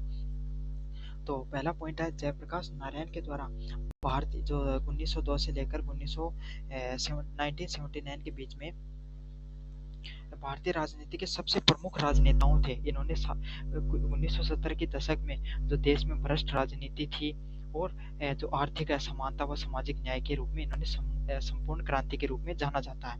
तो उस समय क्या हो गया था, हमारे जो जयप्रकाश नारायण है, इनके द्वारा जो राजनीति में आर्थिक असमानता मतलब पैसे वाले लोग और अमीर होते जा रहे थे तथा सामाजिक अन्याय देखने को मिलता था, इसके ऊपर इन्होंने बहुत ही ज्यादा कार्य किया है। तो जयप्रकाश नारायण के द्वारा किसकी बात की गई थी, संपूर्ण समग्र क्रांति का आह्वान किया गया था। अच्छा, इनके द्वारा कौन से तत्वों की बात की थी, अपन देखेंगे इनको। पहला, राजनीतिक क्रांति, भ्रष्टाचार, तानाशाही प्रवृत्ति और चुनावी अनियमितताओं का अंत। तो इनके द्वारा ये देखो, जब 1970 के आसपास 1960 से लेकर 1970 के बीच में इंदिरा गांधी के ये प्रमुख अपोजिशन में रहे थे। तो इसके समय जो समाज में जो हमारा जो राजनीतिक व्यवस्था थी, वहाँ पर भ्रष्टाचार हो गया, तानाशाही देखने को मिल रही थी और चुनाव में जो अनियमितता, बूथ कैप्चरिंग वगैरह देखने को मिल रही थी, इसमें इन्होंने बहुत ही शानदार क्रांति का निर्माण किया। एक नई क्रांति का इन्होंने शुरुआत की। आर्थिक क्रांति, इनके अनुसार गरीबी बेरोजगारी को समाप्त कर आर्थिक समानता स्थापित करना। तो इनके द्वारा जो आर्थिक क्रांति का जो सिद्धांत दिया गया था, इसमें जो गरीबी को खत्म करना, बेरोजगारी को खत्म करना, समाप्त करके जो आर्थिक समानता है उसको स्थापित करने का इन्होंने नियम दिया था। तो इनके द्वारा जो गरीबी को खत्म करके गरीबी बेरोजगारी को समाप्त करके आर्थिक जो समानता उसको स्थापित करने का इनके द्वारा नारा दिया गया था। अगले वाला पॉइंट है सामाजिक क्रांति, जाति वर्ग और लिंग भेदभाव के आधार पर इनके द्वारा क्या क्या था, समाज की क्रांति का इन्होंने बात की थी। तो सामाजिक क्रांति क्या थी, जातिगत व्यवस्था है उसमें और सुधार किए जाएं और लिंग भेदभाव, स्त्री व पुरुष के बीच में जो भेदभाव देखने को मिलता है उसको और कम किया जाए। तो इन जो व्यवस्थाएं थी जिन पे लगातार कार्य किए जा रहे थे लेकिन वो सफल नहीं हो पा रहे थे, उसको क्रांति का रूप में इनके द्वारा जातिगत व्यवस्थाओं और जो स्त्री पुरुष है उनके बीच में जो भेदभाव देखने को मिलता है उसको और कम करने का इनके द्वारा प्रयास किया गया था। शैक्षणिक क्रांति, शिक्षा को नैतिकता, व्यवहार और जनोन्मुख करना। तो इन्होंने शिक्षा को नैतिक मतलब शिक्षा को ऐसा नैतिकता, उसकी मौलिकता होनी चाहिए, नैतिकता होनी चाहिए, संस्कार की बातें होनी चाहिए, हमारी हिंदू सभ्यता से संबंधित बातें होनी चाहिए, ताकि जो लोग हैं जो भारत में, वो लोग क्या हो और ज्यादा प्रेरित हों कार्य करने के लिए, देश के निर्माण के लिए, और सभी लोगों को शिक्षा मिल सके। इनके लिए भी इन्होंने बहुत ही ज्यादा आर्थिक प्रयास किए थे। सांस्कृतिक क्रांति, तो इनके द्वारा क्या किया गया, नैतिक मूल्यों और भारतीय संस्कृति का पुनः जागरण। मतलब इन्होंने क्या किया, जो नैतिक भारत में जो संस्कार हैं वो क्या हो सके, संस्कारों को एक जो हमारी शिक्षा उसमें भी संस्कार आ सके, लोग हैं वो अपने संस्कार जो बोलते जा रहे हैं, पश्चात संस्कृति को अपनाते जा रहे हैं, उस पश्चात संस्कृति को छोड़ते हुए हमारी संस्कृति को फिर से अपनाने के लिए इन्होंने बहुत ही ज्यादा प्रयास किया था। अगले वाला पॉइंट है अध्यात्म क्रांति। तो इनके द्वारा सत्य, अहिंसा और अनुशासन को पालन के लिए इन्होंने क्या किया था, प्रयास किया था। तो इनके लिए इनके द्वारा जो अध्यात्म क्रांति का भी कोशिश की गई थी, जिसमें सभी लोगों को सत्य बोलना चाहिए, अहिंसा को अपनाना चाहिए और अनुशासन का भी पालन करना चाहिए। इसके ये प्रमुख जो समर्थक थे। अगले वाला पॉइंट है संपूर्ण क्रांति एक व्यापक परिवर्तन की योजना थी। तो इनके द्वारा जो मूल्यांकन की बात करें तो जो संपूर्ण क्रांति है वो जो समाज में बदलाव देखने को मिल रहे हैं उसकी एक पूर्ण रूप से एक क्रांतियों में से एक थी, जिसका अर्थ यही नहीं केवल शासन करना ही नहीं बल्कि व्यक्ति और समाज के नैतिक उत्थान पर भी आधारित थी। तो ये क्रांति किस चीज पर आधारित थी, ये व्यक्ति और समाज का जो नैतिक उत्थान है, मतलब हमें जो समाज है उसमें क्या करना चाहिए, समाज में नैतिकता है उसको आगे बढ़ाना चाहिए, संस्कारों को आगे बढ़ाना चाहिए, उस चीज़ पे आधारित थी। हालांकि इसे लागू करना कठिन था, लेकिन इन्होंने जो नियम दिए राजनीतिक रूप से, जो भ्रष्टाचार को हटाना, समाज में क्रांति, समाज में नैतिकता को अपनाना, ये तो एक मतलब एक समाज को एक नई दिशा देने का इन्होंने कार्य किया। इसको संपूर्ण मतलब संपूर्ण रूप से बदलाव देखने का इन्होंने जो प्रयास किया था, ताकि जो समाज है वो नैतिक रूप से आगे बढ़ सके। ये क्रांतियां कहने में बहुत आसान थी, लेकिन इनको लागू करना बहुत ही ज्यादा कठिन था। निष्कर्ष की बात करें, जयप्रकाश नारायण की जो अवधारणा ने भारतीय राजनीति में ईमानदारी, नैतिकता और जन भागीदारिता का आदर्श प्रस्तुत किया। तो यही निष्कर्ष है, जयप्रकाश नारायण के द्वारा जो अवधारणा दी गई, इसने भारतीय राजनीति में क्या ईमानदारी, नैतिकता और जन भागीदारिता का एक आदर्श है वो प्रस्तुत किया है। अगले वाले पॉइंट है पंडित दीनदयाल उपाध्याय के राजनीतिक विचारों पर एवं एकात्मक मानववाद। तो आपको पता है पंडित दीनदयाल उपाध्याय के द्वारा 1916 से लेकर 1968 के बीच में क्या है, जनसंघ, जो जनसंघ आप आरएसएस बोलते हो जिसको, उसके प्रख्यात विचारकों में से एक थे, प्रचारक और संगठनात्मक और संगठन का निर्माण करने वालों में से एक थे। इन्होंने पश्चिमी राजनीतिक विचारधाराओं के स्थान पर भारतीय सांस्कृतिक मूल्यों पर आधारित एक एकात्मक मानववाद की अवधारणा को प्रस्तुत किया। तो इनके द्वारा जो पश्चिमी भारत में जो पाश्चात्य जो पश्चिमी वेस्टर्न कल्चर है उसको अपना लिया गया था, उस वेस्टर्न कल्चर को छोड़कर जो भारतीय जो संस्कृति है इसको अपनाना चाहिए। इस चीज के लिए इन्होंने क्या किया था, इस चीज के लिए इन्होंने प्रयास किए थे। इसको इसी सिद्धांत को क्या बोला गया, जो भारतीय राजनीति है उसमें भारतीय संस्कृति को ऐड करना चाहिए, इसको एकात्मक मानववाद के रूप में जाना जाता है। तो पंडित दीनदयाल उपाध्याय के बारे में आपको पता होना चाहिए, क्योंकि आप इसी राजनीतिक विचारधारा की बात करें, भारतीय संस्कृति आधारित राजनीति, तो इनके द्वारा क्या बात की गई कि जो भारतीय राजनीति है इसमें जो वेस्टर्न कल्चर है, जो विदेशी जो परंपराएं वो बढ़ती जा रही हैं, जिसमें भ्रष्टाचार हो गया, जिसमें नैतिकता का पतन हो गया, आपस में जो नेता है वो एक दूसरे असभ्य भाषा का उपयोग करना, ये सब जो परंपराएं ये हमारी परंपराएं नहीं है। तो इनके द्वारा क्या किया गया, हमें अपनी परंपराओं को अपनाना चाहिए। राष्ट्र का जीवन भारतीय परंपराओं और मूल्यों से संचालित होना चाहिए। तो इनका ये मानना था कि भारत का जो राष्ट्र है, भारतीय जो राष्ट्र है उसकी जो परंपराएं, उसका जो संचालन है वो हमारी परंपराओं के आधार पर ही संचालित होना चाहिए, ना कि दूसरों के आधार पर। दूसरे वाला पॉइंट है अखंड राष्ट्रवाद। तो अखंड राष्ट्रवाद क्या है, भारत एक जीवित सांस्कृतिक इकाई है। तो इन्होंने भारत को क्या माना कि हमारा जो भारत देश है ये एकता का सिद्धांत दिया, कि सारा का सारे देश को, चाहे धर्म के आधार पे, चाहे राजनीति के आधार पे, चाहे समाज के आधार पे, चाहे जाति के आधार पे, हमें सभी लोगों को एकजुट मिलजुल कर रहना चाहिए, ताकि हम एक अखंड राष्ट्रवाद की निर्माण कर सकें, एक संपूर्ण राष्ट्रवाद के निर्माण कर सके। इनके विचार वो नहीं थे जो आज के दिन आप अखंड राष्ट्रवाद की बात सुनते हो। विकेंद्रीकरण, तो इन्होंने क्या मैंने बताया, सत्ता का अधिकतम विकेंद्रीकरण होना चाहिए, ग्राम आधारित विकास होना चाहिए। तो इन्होंने क्या बताया, जो सत्ता आज देखते हो ना, आज हमारी सत्ता वो विकेंद्रीकरण है, कुछ एक दो लोगों के हाथों से अपनी सारी सत्ता है वो चलती है, बाकी के जो मुख्यमंत्री हो गए, बाकी जो छोटे मोटे नेताओं की तो कोई वैल्यू है ही नहीं, एमएलए एमपीओ की। तो ऐसी सत्ता नहीं होनी चाहिए। एक जो जो प्रधानमंत्री है उसकी प्रधानमंत्री तक की हैसियत रहनी चाहिए, उसके मंत्रियों के मंत्रियों की भी कुछ वैल्यू होनी चाहिए, मुख्यमंत्री के अपने हिसाब से वैल्यू होनी चाहिए, एमपी एमएलए उनकी भी कुछ ना कुछ समाज के अंदर, और फिर उनकी भी कुछ शक्तियां होनी चाहिए, जो वो संसद में जाएं तो अपने इंडिपेंडेंट फैसले भी कुछ ले सकें।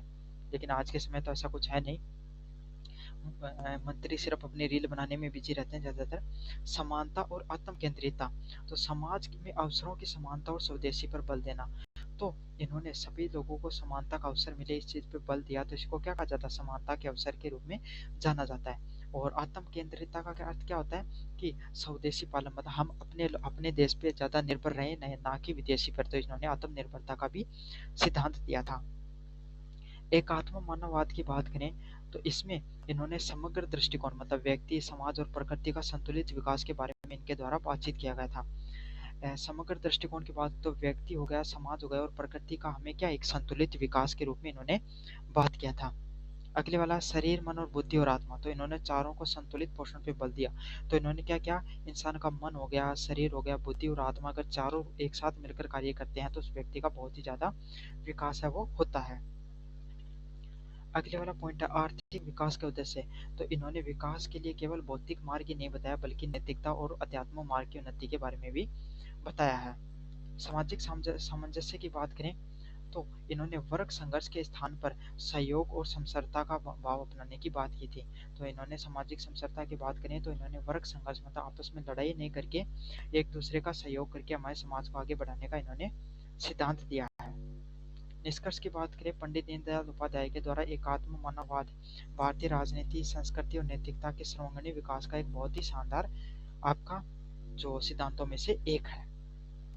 तो ये था आपका कंप्लीट निबंधात्मक प्रश्नों का रिवीजन। जितने भी निबंधात्मक प्रश्न इंपॉर्टेंट है मैं सारे के सारे आपको करवा दिए हैं।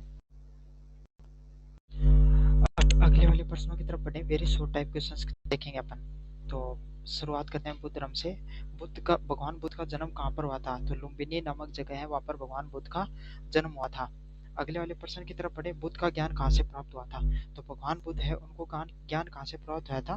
बोध गया है, वहां से भगवान बुद्ध को जन्म जो ज्ञान है वो प्राप्त हुआ था।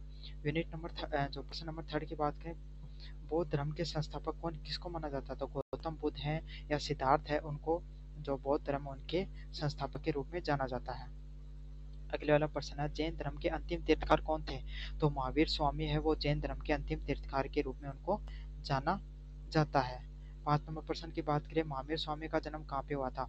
तो कुंडलग्राम नामक जगह थी, वहां पे महावीर स्वामी उनका जन्म हुआ था। अगला प्रश्न है, जैन धर्म के प्रथम तीर्थकार कौन थे? तो जो ऋषभ देव हैं, वो आपके सामने जो जैन धर्म है उनके प्रथम तीर्थकार के रूप में उनको जाना जाता है। मनु ने किस ग्रंथ की रचना की थी? तो आप सबको पता है मनु ने मनुस्मृति ग्रंथ की रचना की थी। अगले वाला प्रश्न है, मनुस्मृति किस विषय पर आधारित है? तो मनुस्मृति है वो धर्म समाज की और विधि के आधारित ग्रंथ है। अगले वाले प्रश्न की बात करें, चाणक्य ने किस ग्रंथ की रचना की थी? तो चाणक्य ने अर्थशास्त्र जो ग्रंथ है उसकी रचना की थी। 10 नंबर प्रश्न की बात करो, चाणक्य किस सम्राट के गुरु थे? तो आप सबको पता है चंद्रगुप्त मौर्य है, उनके गुरु थे चाणक्य। चंद्रगुप्त द्वारा किस विश्वविद्यालय से जुड़े हुए थे? तक्षशिला विश्वविद्यालय से जुड़े हुए थे जो चंद्रगुप्त है वो।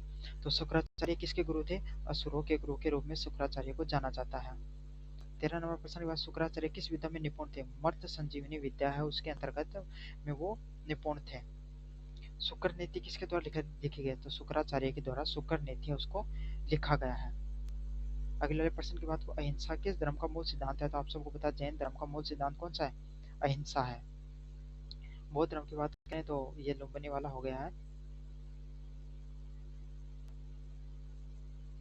हाँ, अहिंसा किस धर्म का मूल सिद्धांत है? तो सबको पता जैन धर्म का मूल सिद्धांत क्या है? अहिंसा है।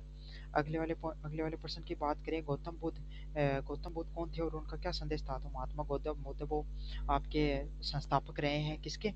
बौद्ध धर्म के संस्थापक रहे। तो ये मैंने सारे प्रश्न आपको करवा दिए हैं। अलग प्रश्न मिलेगा तो मैं बता दूंगा। हाँ, कौटिल्य वाला प्रश्न इंपॉर्टेंट है आपका। इसमें जो थोड़ा शॉर्ट टाइप क्वेश्चन भी रिवाइज हो जाएंगे। कौटिल्य कौन थे और अर्थशास्त्र क्या था? तो आप सबको पता है कौटिल्य, जिनको चाणक्य के नाम से भी जाना जाता है, चंद्रगुप्त मौर्य के क्या थे? गुरु थे, और उनके राज्य में मौर्य साम्राज्य में प्रधानमंत्री थे। उनके द्वारा अर्थशास्त्र नामक ग्रंथ की रचना की गई, जिसमें हर चीज बताई गई थी। अर्थव्यवस्था हो गई, प्रशासन हो गया, गुप्तचर व्यवस्था हो गई, किस तरीके से लोगों को गुप्तचर तरीके से गुप्तचरों को रखना चाहिए ताकि राजा के खिलाफ कौन एक षड्यंत्र कर रहा है, कौन राजा अटैक कर सकता है, इन सब चीजों का पता चलता रहे। साथ ही साथ युद्ध नीति को भी इन्होंने विस्तृत रूप से दुनिया के सामने रखा था। अगले वाला पॉइंट है, चाणक्य नीति का समाज पे क्या प्रभाव पड़ा था? तो चाणक्य के द्वारा जो नीति का निर्माण किया गया था, चाणक्य नीति को व्यवहारिक ज्ञान और राजनीति और नैतिक मूल्यों का संगम माना जाता है। तो चाणक्य के द्वारा जो चाणक्य नीति दी गई थी उसमें क्या था? उसमें व्यवहारिकता का ज्ञान देखने को मिलता है, राजनीति और नैतिक ज्ञान का भी आपको संयम देखने को मिलता है। और इसमें क्या होता है, राजा और प्रजा दोनों को नीति निर्देश देती है कि हमें किस प्रकार के समाज में रहना चाहिए। उनकी बुद्धि और उनके जो बुद्धि थी और कूटनीति ऐसी थी कि उन्होंने नंदवंश को उखाड़ कर फेंक दिया था, और एक छोटा सा बच्चा जो बहुत ही सामान्य से बच्चा था उसको चाणक्य जैसा महान राजा के रूप में बना दिया था। और बाकी तो मैंने सारे प्रश्न आपको पढ़ा रखे हैं शुक्र नीति से संबंधित। वही प्रश्न पढ़ाऊंगा जो छोटे वाले हैं और जिनको जो मैंने नहीं पढ़ाया, ताकि आप जो शॉर्ट क्वेश्चन भी कर सको। राजा राम मोहन राय की कौन सी कुप्रथा के खिलाफ था? तो सती प्रथा के खिलाफ राजा राम मोहन राय उन्होंने संघर्ष किया था।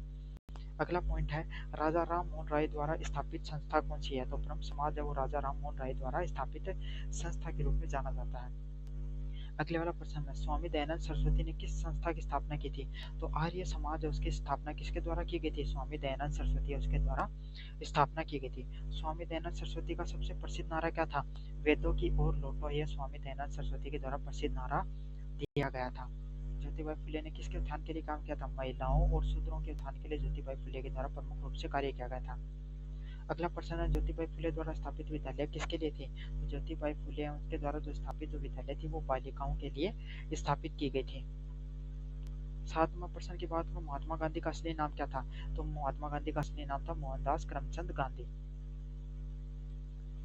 महात्मा गांधी का प्रमुख स्तर क्या था? तो महात्मा गांधी आपको पता अहिंसा को मानते थे और सत्याग्रह के माध्यम से जो स्वतंत्रता प्राप्त करने की बात करते थे। स्वामी विवेकानंद का जन्म कहाँ? तो कोलकाता में स्वामी विवेकानंद का वो जन्म हुआ था। स्वामी विवेकानंद ने विश्व धर्म सभा को कब दिया था? तो 1893 में न्यूयॉर्क के अंदर विश्व धर्म सभा को संबोधित किया था। अगला प्रश्न है, राजा राम मोहन राय ने सती प्रथा के खिलाफ क्या किया था? तो ये अब राजा राम मोहन राय से संबंधित अपने पढ़ानी है तो वो भी पढ़ा दूंगा ताकि आपका इसका भी रिवीजन हो जाए। तो राजा राम मोहन राय ने सती प्रथा, देखो होता क्या, राजा राम मोहन राय है उसके भाई उसकी मृत्यु हो जाती है तो उसकी जो पत्नी होती है मतलब उसकी भाभी होती है वो छोटी उम्र की होती है, तो उसके जब जब सती बनाने जा रहे थे तो उसका विरोध भी राजा राम मोहन राय ने किया था, लेकिन समाज ने उनकी बात नहीं मानी और उसको सती बना दिया।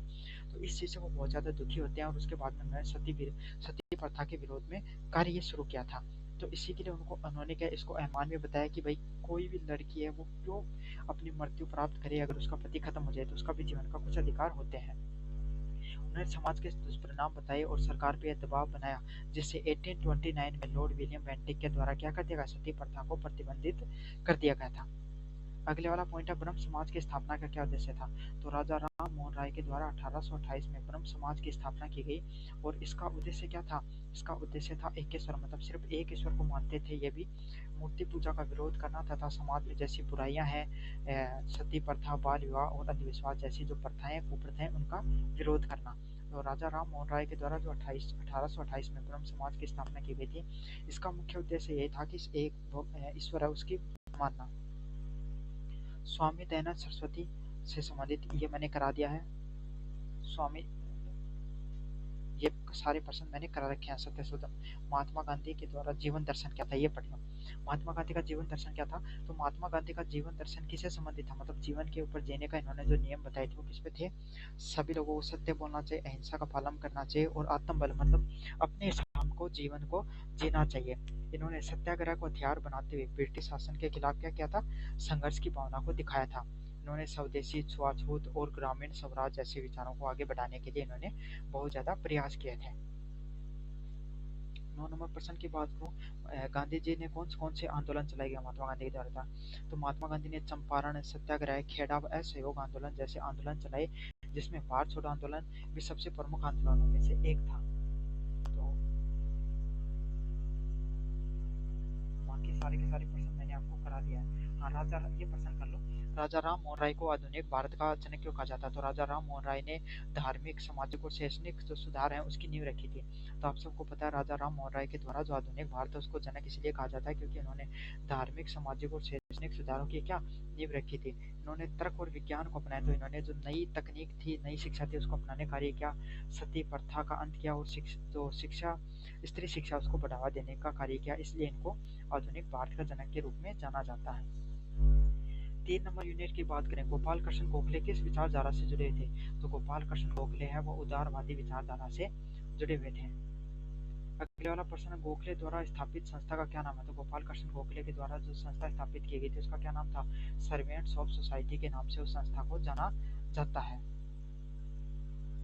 बाल गंगाधर तिलक को किस उपाधि से जाना गया? तो लोकमान्य बाल गंगाधर तिलक के नाम से उनको जाना जाता है, बाल गंगाधर तिलक को। अगले वाला पॉइंट है, तिलक का प्रसिद्ध नारा क्या था? तिलक का प्रसिद्ध नारा था, स्वराज मेरा जन्मसिद्ध अधिकार है, यह नारा दिया गया था लोकमान्य बाल गंगाधर तिलक के द्वारा। अगला वाला प्रश्न है, महात्मा गांधी ने किस आंदोलन से स्वतंत्रता संग्राम में प्रवेश किया था? तो महात्मा गांधी ने चंपारण में 1917 का जो चंपारण का आंदोलन था उससे प्रवेश किया था। गांधी जी का प्रमुख हथियार क्या था? सत्य और अहिंसा वो गांधी जी के प्रमुख हथियारों में से एक थे। नेहरू ने भारत के किस पद पर रहते पहले व्यक्ति बने थे? तो भारत के पहले प्रधानमंत्री कौन थे? जवाहरलाल नेहरू भारत के पहले प्रधानमंत्री के रूप में उनको जाना जाता है। नेहरू को बच्चों को किस नाम से जाना जाता है? तो चाचा नेहरू के रूप में उनको जाना जाता है। महात्मा गांधी ने स्वदेशी आंदोलन की प्रेरणा कहाँ से ली थी? तो महात्मा गांधी ने स्वदेशी आंदोलन की जो प्रेरणा दक्षिण अफ्रीका में सत्याग्रह आंदोलन से ली थी। जवाहरलाल नेहरू की प्रसिद्ध किताब का क्या नाम है? डिस्कवरी ऑफ इंडिया के नाम से जाना जाता है। गोपाल कृष्ण गोखले को मैंने करा दिया है। अब अपन पढ़ेंगे तिलक के बारे में। तिलक ने किस आंदोलन की शुरुआत की थी? तो तिलक ने गणेश उत्सव और शिवाजी महोत्सव जैसे आंदोलन की शुरुआत की थी। तो इनके द्वारा क्या था, इन्होंने इन उत्सवों की शुरुआत की थी ताकि इन उत्सवों के माध्यम से लोग क्या एक जगह इकट्ठे होते हैं और इनके अंदर उसमें भाषण देकर लोगों को जो जागरूक करना बहुत आसान था। इससे क्या जन जागरण हुआ, लोगों को देशभक्ति के प्रति राष्ट्र भावना वो और ज्यादा बढ़ती है। और इनके द्वारा होम रूल है उसको 1916 में भाग लिया और जनता को ब्रिटिश शासन के विरुद्ध जागरूक करने का इन्होंने कार्य किया। और इनके द्वारा जो स्वराज का जो मूवमेंट था उसको पूरे भारत में फैलाने का इनका प्रमुख योगदान में से एक रहता है। बाल गंगाधर तिलक का पत्रिका में क्या योगदान था? मोस्ट इंपोर्टेंट पर्सन आएगा। तिलक ने केसरी, मराठी व मराठा अंग्रेजी नामक जो दो पत्रिकाएं निकाली। कौन सी? केसरी और मराठा है ये नामक दो इनके द्वारा अंग्रेजी पत्रिकाएं निकालेगी। इनके माध्यम से इन्होंने राष्ट्रवाद, स्वतंत्रता और सामाजिक चेतना को फैलाने का कार्य किया। तो इनके द्वारा जो पत्रिकाएं निकाली इनसे पूरे देश में राष्ट्रवाद, स्वतंत्रता को फैलाने का इन्होंने कार्य किया। इनकी लेखनी ने जनता को जागरूक होते हैं। इनके द्वारा जो लेखन का कार्य किया गया इससे पूरी जनता वो जागरूक होती है। ये सारे पर्सन मैंने आपको करा दिया है। ऐसे एक बार असहयोग आंदोलन देख लो। तो महात्मा गांधी के द्वारा 1920 में असहयोग आंदोलन की शुरुआत की गई थी और इसका उद्देश्य क्या था? ब्रिटिश शासन का विरोध करते हुए उनके संस्थानों का समाप्त करना। तो इनका यही था कि इनके द्वारा 1920 में जो असहयोग आंदोलन की शुरुआत की गई थी जिसका उद्देश्य यही था कि ब्रिटिश शासन का विरोध करना और जो संस्थाएं हैं उनका सहयोग करना, जैसे कि सहयोग नहीं करना, जैसे सरकारी स्कूल, विदेशी जो वस्तुएं हैं इनको छोड़ना अहिंसा आंदोलन का एक पार्ट था ये सब चीज। नमक आंदोलन क्या है? तो महात्मा गांधी के द्वारा 1930 में दांडी मार्च किया गया और उसमें नमक कानून है उसको तोड़ा गया था। ब्रिटिश कर में विरोध किया गया जो कि कैसा था? शांतिपूर्ण आंदोलनों में से एक आंदोलन था और इससे जनता में भावना और ज्यादा मजबूत हुई। 4 नंबर यूनिट की बात करें, डॉक्टर भीमराव अम्बेडकर ने किस संवैधानिक पद के लिए जाना जाता है? तो भारत के संविधान निर्माता के रूप में डॉक्टर भीमराव अम्बेडकर को जाना जाता है। डॉक्टर भीमराव अम्बेडकर ने लास्ट में कौन से धर्म को अपनाया था? बौद्ध धर्म को अपनाया था। अम्बेडकर ने दलितों के उत्थान के लिए क्या किया था? दलितों को शिक्षा देना, अधिकार और सम्मान दिलाने के आंदोलन इनके द्वारा चलाए गए थे। मनेंद्र नाथ राय किस विचारधारा से जुड़े हुए थे? सामान्यवाद, नव मानवतावाद से लगभग जुड़े हुए थे। मनेंद्र नाथ राय किस सिद्धांत से जुड़े थे? नव मानवतावाद, रेशियल डिस्क्रिमिनेशन या ओमिनिज्म से जुड़े हुए थे।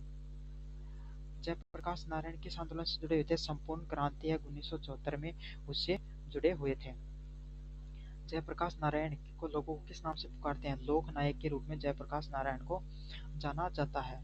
पंडित दीनदयाल उपाध्याय किस विचारधारा से जुड़े थे? एकात्मक मानववाद की विचारधारा से जुड़े हुए थे। पंडित दीनदयाल उपाध्याय किस संघ से जुड़े हुए थे? तो भारतीय जनसंघ की इन्होंने शुरुआत की थी। एकात्मक मानववाद का क्या उद्देश्य था?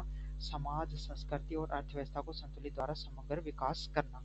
तो डॉक्टर भीमराव अम्बेडकर के बारे में अपन ने पढ़ा, उसके बारे में आप उनके बारे में एक बार थोड़ा पढ़ लेते हैं, अगर प्रश्न आ गया तो कर दोगे आप। डॉक्टर भीमराव अम्बेडकर का क्या मुख्य उद्देश्य था? तो डॉक्टर भीमराव अम्बेडकर ने भारतीय संविधान के शिल्पकार के रूप में जाना जाता है क्योंकि उन्होंने भारतीय जो संविधान है उसके निर्माण करने का इन्होंने कार्य किया था। इन्होंने दलितों और शोषित वर्ग के जो संघर्ष के लिए इन्होंने संघर्ष किया था। भारतीय समाज में समानता, शिक्षा और न्याय के लिए इन्होंने लगातार प्रयास किए थे और अस्पृश्यता को दूर करने के लिए इनके लिए द्वारा आंदोलन चलाए गए थे। अगला वाला प्रश्न है, डॉक्टर अम्बेडकर ने किस धर्म को अपनाया था? तो भीमराव अम्बेडकर ने 1956 में बौद्ध धर्म को अपनाया और हिंदू धर्म को त्याग करके क्या हो गए थे? जातिगत व्यवस्था हो गई। इन पे इन्होंने बहुत ज्यादा आंदोलन करे लेकिन इनसे वो इतने ज्यादा संतुष्ट हो गए थे इन्होंने आखिरकार में बौद्ध धर्म को अपना लिया था। तो चलो ये था आपका कंप्लीट रिवीजन। मैंने जो आपकी वन शॉट क्लास आती है ब्रह्मास्त्र क्लास वो मैंने करा दिया भारतीय राजनीतिक विचारों से संबंधित। धन्यवाद। पीडीएफ टेलीग्राम पे मिलेगी, डिस्क्रिप्शन में प्लेलिस्ट का लिंक दे रखा, वहाँ से जाकर और कर लेना।